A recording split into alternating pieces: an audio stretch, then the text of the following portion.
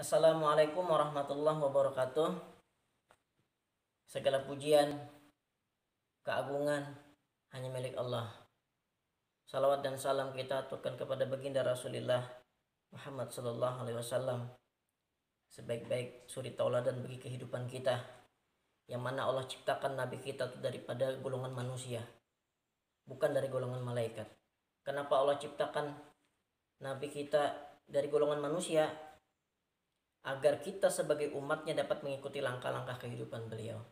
Jika seandainya Allah ciptakan beliau dari para malaikat, sulit bagi kita untuk mencontoh kehidupan beliau. Allahumma sholli wa sallim wa barik alaihi wa ala alihi. Baiklah, pada video kesempatan kali ini saya akan menampilkan kembali penjelasan tentang sholat, tapi dengan judul yang berbeda, yaitu sunnah-sunnah sholat.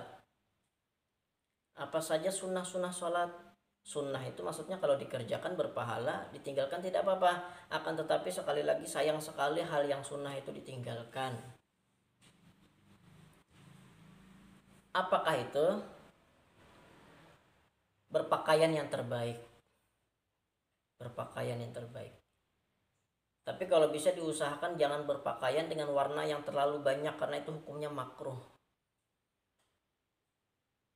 Kalau dalam sholat berjamaah kita memakai pakaian yang terlalu banyak warna, ditakutkan nanti jamaah yang lain itu pikirannya melayang-layang karena melihat pakaian kita yang terlalu wow.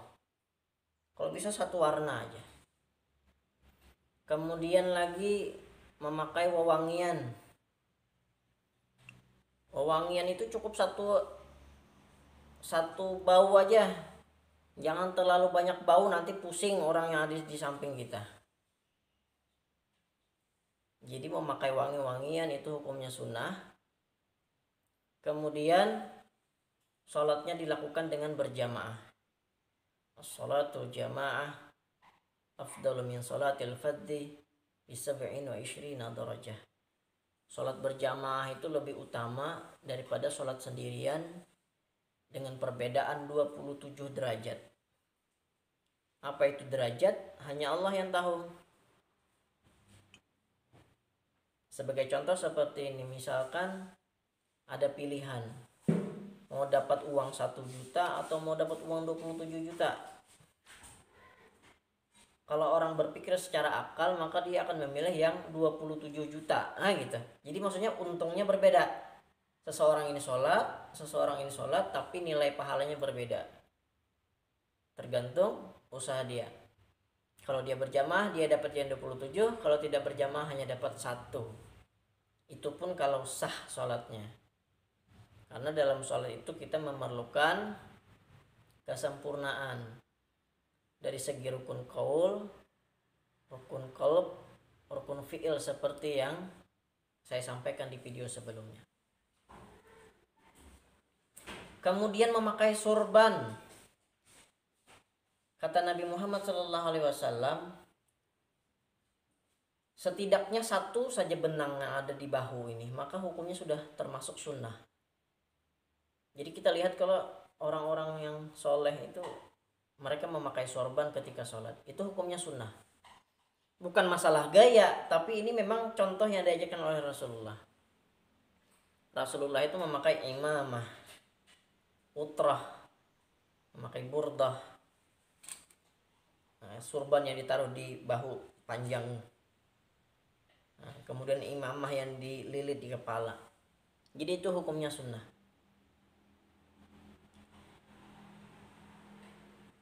Kemudian apalagi ketika kita membaca Al-Fatihah, kita sunnah membaca a'udzubillah.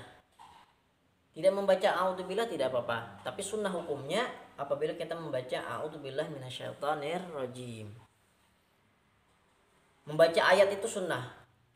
Jadi setelah kita membaca surah Al-Fatihah, kita mau langsung rukuk, ya silahkan. Karena yang rukun di dalam sholat adalah surah Al-Fatihah. Ayat hanya sunnah, tapi sayang untuk ditinggalkan. Kemudian kata Rasulullah SAW, keadaan terdekat seorang hamba kepada Allah yaitu ketika sujud terakhir. Jadi kata Rasulullah, perlamalah sujud terakhir. karena itu sedekat-dekat hamba dengan Tuhannya.